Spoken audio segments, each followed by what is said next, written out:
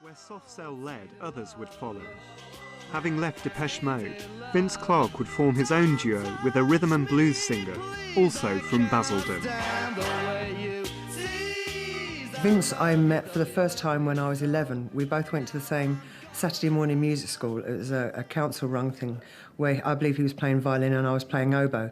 And even though we'd never spoken at that time, I just recognised him for this, the fact there was three of them, three brothers, with this white blonde hair looking like little family of ducks going across the road, you know.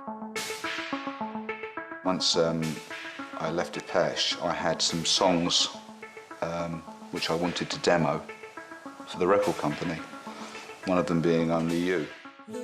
Anyway, I got in touch with Alison because I vaguely knew her. I mean, we didn't have plans to form a band or anything. We had no history together.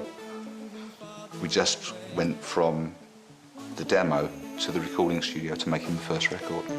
I wasn't overly interested in technology. I couldn't even afford a record player or a cassette player, so the idea of buying hardware was, you know, there's no point in lusting after things you can't have. It's like me thinking about a miniskirt. It was never going to happen. Listen to the words that you say. Well, Vince Clarke then forms another one of these classic sort of fire and ice groups, you know. The ice is the synth and then the fire is Alison Moyet. So that's almost like a template for 80s pop is, you know, the synthesizer guy, the synthesizer bottom, and then the super passionate singer, usually female or maybe gay male, you know. It's kind of, the duo replaces the rock band. You know, it's an affront to rockism, isn't it? That, just the look of those bands, you know. But when we first started working in Yazoo, it was like he was effectively suffering from a very recent divorce. It's like these were his childhood mates, Depeche Mode. You know, this was a huge thing for him to go from being a local boy like the rest of us, without a great deal of hope, without many prospects, you know, without any qualifications. The last thing I'd heard about him is he was driving vans for R. Whites, crashing them and leaving them on the street side. Yazoo signed to Mute Records in 1982, and to his surprise, Daniel Miller found himself with another wildly successful pop act. There was nothing right about it. It was quite soulful music with a very cold electronic beat. She didn't fit the typecast female pop star image at all. You know, it's become a cliche now, but at that time, the quiet second bloke on synth was sort of wasn't a cliche.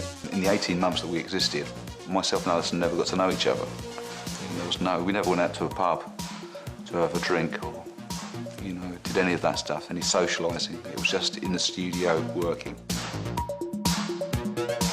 To actually come across somebody who was unfathomable, who you could not penetrate, and at the same time had, regardless of what he says, a burning ambition. You know, he was an ambitious boy, and what was amazing about it is he actually achieved his ambitions, which, again, like I say, coming from where I came from, you didn't see that very often, and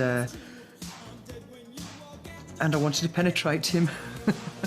Not biblically, obviously, but... I just wanted to be in the studio so much. I just, you know, I would have been in there 24 hours a day. You know, it was like being in a sweet shop. Synth pop was becoming increasingly popular and increasingly grand.